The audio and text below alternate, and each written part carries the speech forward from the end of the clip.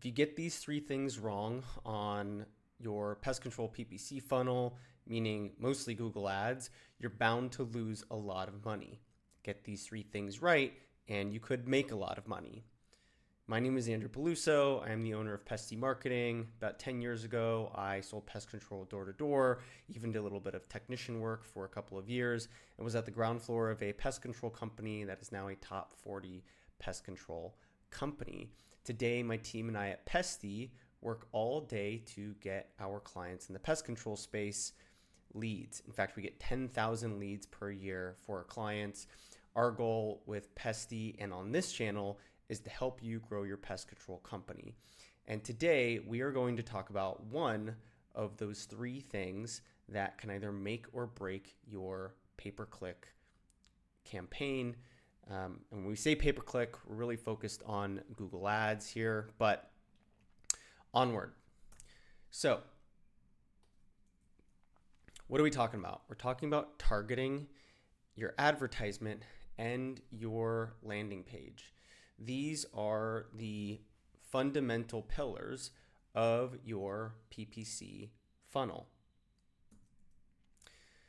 Today, we're going to talk about targeting, and we're going to do a deep dive on the fundamentals, but we're also going to add some bonus tips that are a little more advanced and easy to miss. So stick around. And in case you haven't watched any videos yet, I am going to refer to the customer as Mrs. Jones, not as a user, not as people, not as consumer, but as Mrs. Jones. And the reason I do that is because when you're doing advertising, it is both useful and helpful to think about speaking to a specific customer, right? As opposed to thinking about the masses, because when someone is reading your ad, when someone is going through your funnel, it is an individual person who is doing that, right? And so if you start thinking about a big blob of people, you tend to be less effective. This is true for your copywriting. This is true for how you think about the psychology of people. It is an individual looking at a screen. We're going to call her Mrs. Jones. Mrs. Jones is often the decision maker in the household, so that's how we like to think about her. Okay, so when we are talking about targeting, we are talking about getting your ad in front of the right person at the right time. And the dials you can adjust to do that are the location, your schedule, your advertising schedule, the keywords that you're targeting, and the negative keywords that you are trying to exclude from your keywords. Location is the state, county, city, or zip code where you want your ads to show or not show. The most effective way to optimize your targeting is by focusing on individual cities. This is because Mrs. Jones wants to work with an individual service provider, right? Mrs. Jones, local PCO. She wants to work with someone local, and local means in the city she lives in. You also target specific cities because Mrs. Jones will often look up a keyword such as pest control Austin or pest control Chattanooga, which is where she is specifically looking for pest control in her city. So by targeting an individual city, you can make your ad and landing page relevant to that city and therefore relevant to Mrs. Jones. So to recap and provide an example, when you're setting up your Google Ads, in this case, you're going to choose to target a specific location. My recommendation is a city. You want to exclude any cities that you don't want to target, such as a zip code. And we'll talk about the locations options later. When you target an individual city, you will be able to target, make your ad relevant to that city, right? Relevant to Mrs. Jones, right? So I targeted pest control in the city of Austin. I have an ad that says pest control Austin, right? So immediately that helps grab Mrs. Jones' attention when she's looking for pest control in Austin. And then ultimately she's going to end up on a landing page with the name of the city in the title, right? So every piece of this funnel matches Austin with an offer, Austin with an offer on the landing page. This is really simple and yet really easy to get wrong, because we tend to, either as a pest control operator or a marketer, we tend to overcomplicate things. But this is if you just do this alone, you will get better results than most of your peers, because it's amazing how often I see something as simple as this being missed. This strategy does beg the question, though, is there a way to do this more efficiently when I need to target a dozen or dozens of cities, right? Because you can imagine, if you want to target a dozen cities or dozens of cities or hundreds of cities across the country, creating a campaign with a specific city and a specific, that's a lot to manage. It's overwhelming. So there is technology that you can use, or different techniques without being too complex, where you can set this up for multiple cities at a time. That's going to require a deep dive in another video, but yes, that is possible. So if you're only managing a handful of cities and you're doing this on your own, you could just do it this way. It's easier, it's more manual, but management is not terrible. But you can do this at scale with the right technology implementations. Okay, so quick tip. When you're targeting a location, right, choose a city, great. Make sure you exclude these zip codes where you don't want your customers to come from, right? There are just going to be neighborhoods where for whatever reason, you don't want customers in those neighborhoods. Maybe you charge a premium and customers in certain neighborhoods can't afford the service that you provide. Now, another thing that's really easy to miss, because Google hides it under location options, none of this shows up when you're setting up your campaign, is that you need to make sure that you select presence, people in or regularly in your targeted locations. If you set this to presence or interest, or you leave that as the default, then what's going to happen is that I, as a consumer in Austin, can type in, let's say, pest control Chattanooga, and your ad is going to show to me. You don't want your ad to show to me. I am not in Chattanooga, right? You only want your ads to show to people who are within the city that you want to target, because those are the people who are most likely to purchase your service. So you don't need to waste ad spend. You don't need to waste your budget on people who are not physically in the area that you are trying to get customers in. There's no point. It's an inefficient way to run your campaign, but Google leaves that as the default for your location options. So you need to make sure that that is updated. Okay, after location, we want to look at your schedule. This part is super simple.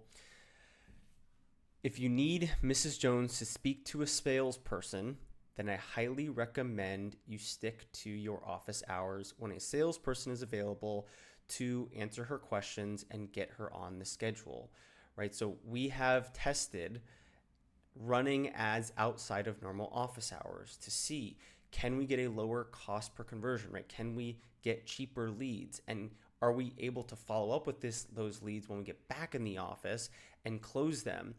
And it's just too inefficient, right? When someone is calling around, if they see an ad and they're trying to contact you, the sooner you can get in touch with that lead, which is called speed to lead, the better off you are going to be, meaning the higher percentage chance you have of closing that lead. So you might as well stick to the office hours and maximize what's available in your budget within those office hours.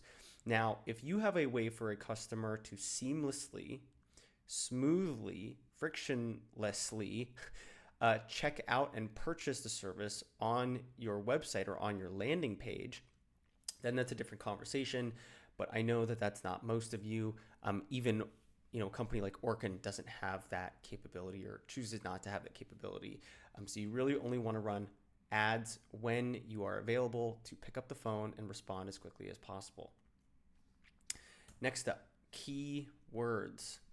Now, keywords are words or phrases that are used to match your ads with the terms people are searching for. Think of keywords, though, as fishing nets. Keywords are what you as the advertiser cast into the vast ocean of Google searches. Each net or keyword is designed with certain characteristics in mind, like the size of the mesh or the shape of the net. For instance, if you're fishing for tuna, you use a net designed for tuna. In Google Ads, if you want to attract customers looking for pest control services, you use the term pest control services or pest control. Now imagine the fish in the ocean as the actual searches people make on Google. These are the search terms, right? So you have the keyword for pest control and the search terms as the fish.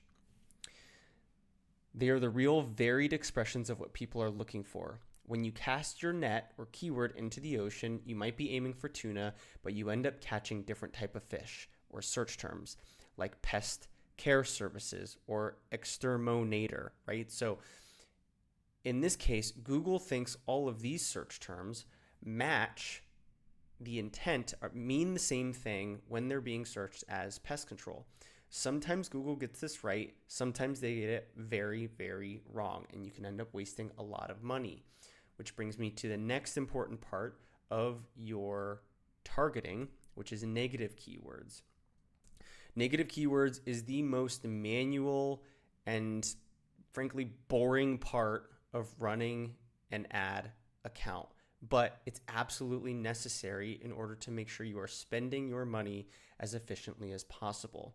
A negative keyword is a type of keyword that prevents your ad from being triggered by a certain word or phrase. Your ads aren't shown to anyone who is searching for that phrase. Adding negative keywords is really important. So for example, let's say that I have added the negative keyword job, right? So that means if someone goes to Google and types in pest control job, my ad is not going to show, right? That person is not going to be able to see my ad. They're not going to click on my ad and waste my ad spend because that's not who I'm trying to target. So what's crazy is that when we take on a new client, we start off the account with about 5,000 negative keywords. And even still, we end up having to add negative keywords either multiple times a week or on a weekly basis, depending on the size of the account. Because every day people are searching for keywords in unique, weird ways that you would never imagine and have never been searched before. So you constantly have to be adding new negative keywords to make sure your account runs efficiently.